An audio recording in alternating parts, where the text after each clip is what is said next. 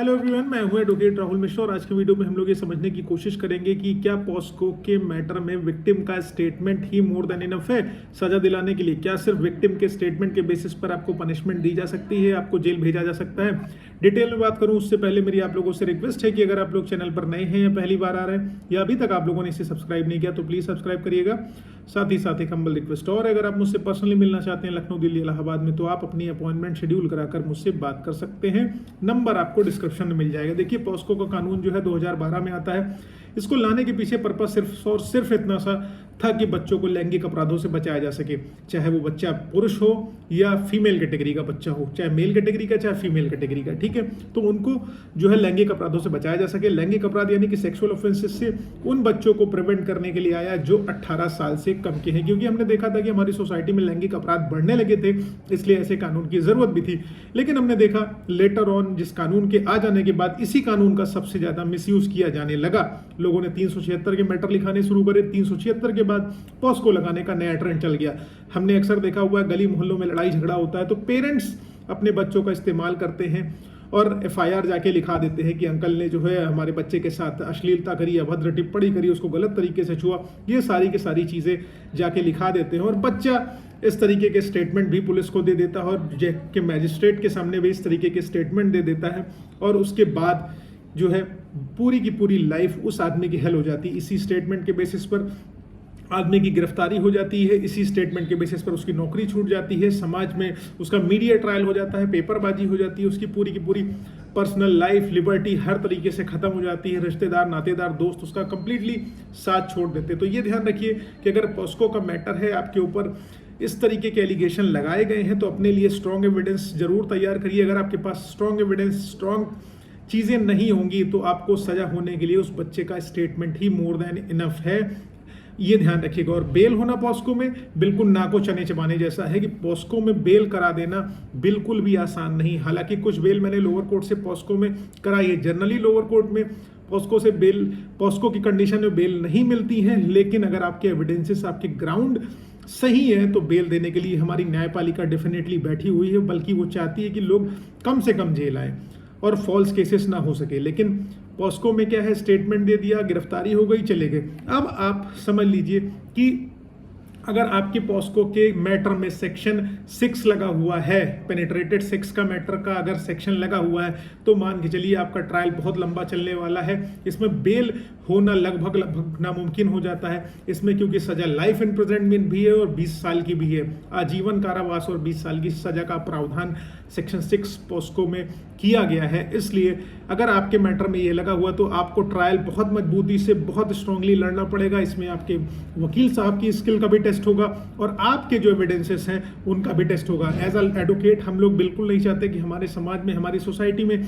इस तरीके के ऑफेंसेस हो, लेकिन जो बहुत सारे लोग फॉल्स केसेस, फेक केसेस लिखाते हैं उनके अगेंस्ट भी हमारी फाइट है। इसलिए मैं कहता हूं किसी के अगेंस्ट मैं नहीं हूं, चाहे वो महिला हो चाहे पुरुष हो, लेकिन जो फॉल्स केसेस लिखाते हैं मैं उनके विरुद्ध हूं।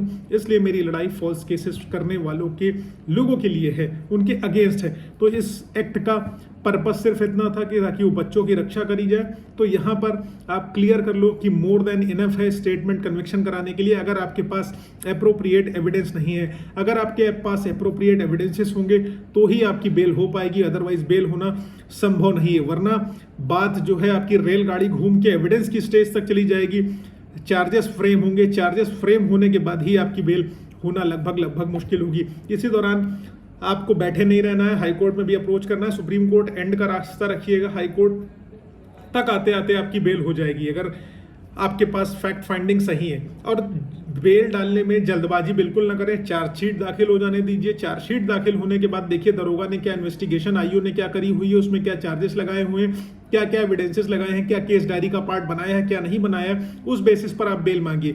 कहीं ना कहीं अगर आपका मैटर सही है, फेयर है, तो इन्वेस्टिगेशन में कुछ ना कुछ गड़बड़ी करी गई होगी, कहीं ना कहीं कोई ना कोई मिसकंडक्ट दरोगा द्वारा किया गया होगा।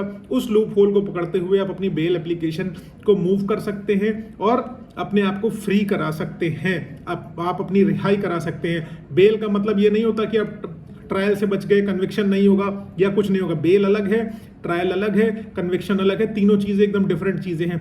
इसलिए आपके एविडेंसेस अगर अप्रोप्रिएट हैं तो डेफिनेटली आप लड़ें, अगर एविडेंसेस अप्रोप्रिएट नहीं है तो लड़ने की चेष्टा करनी है, तब भी बचना है। अगर आप सच में दोषी हो तो कोई फायदा नहीं है, उसमें कोई सपोर्ट आपको मिलने वाला नहीं है।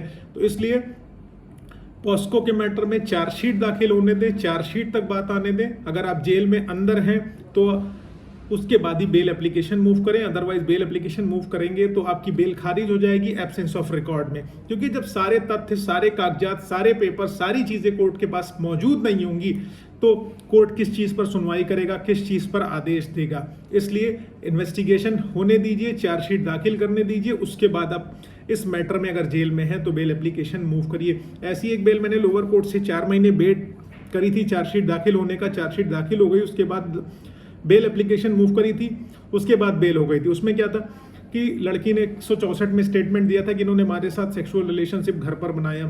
अब घर पर बनाया और उसने ये भी कहा मेरे बाबा घर पर मौजूद थे, लेकिन बाबा का स्टेटमेंट पुलिस ने नहीं लिया था। और उसके बाद उसने कहा कि मेरा होटलों में जाकर भी इन्होंने मेरे साथ सेक्सुअल रिलेशनशिप बनाया। तो लड़की होटलों का भी विवरण नहीं दे पाई थी और पुलिस वालों ने होटल के किसी पर्सनल का जो है मैनेजर का स्टेटमेंट नहीं रिकॉर्ड किया था कि वेदर, ना ही होटल की जो है कोई डॉक्यूमेंट प्रोड्यूस करने में वो सक्सेसफुल रहे थे कि सेक्सुअल रिलेशनशिप वहाँ जाकर बना हुआ है।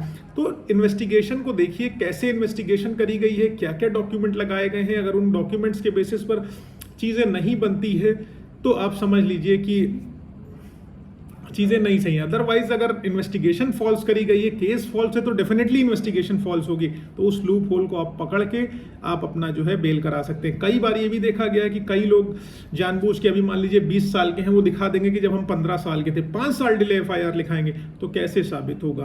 5 साल डिले FIR उसी समय आपको आना चाहिए था, तब नहीं आए जहां पर डिले FIR हो, एब्सेंस ऑफ मेडिकल हो, ठीक है, और जो है आप उस लोकेशन पे ना रहे हो, आप ऑफिस में रहे हो या कोई एनिमिटी आपकी पहले से चल रही हो, तब आप अपने आप, अगर ये सब पेपर्स आपके पास अवेलेबल होंगे या आपने कोई से पहले से शिकायती पत्र उस लड़की के पेरेंट्स के अगेंस्ट दे रखा है कहीं पर, या कोई मॉनेटरी लेन देन है, ये सारी चीज़ें अगर आप लोगों के बीच में हैं तो आप अपने आप को सुरक्षित कर पाएंगे, बचा पाएंगे। अदरवाइज मैटर खत्म हो जाएगा, जीवन नष्ट हो जाएगा। उम्मीद है जानकारी पसंद आई है, समझ में आई है। अगर ऐसा कुछ है तो प्लीज़ वीडियो को लाइक शेयर सब्सक्राइब करना। फेसबुक, इंस्टाग्राम, ट्विटर पर अभी तक आप मुझसे नहीं जुड़े तो मेरे पेज पर जुड़ सकते हैं, लिंक आपको डिस्क्रिप्शन में मिलेगा। जय हिंद, जय भारत।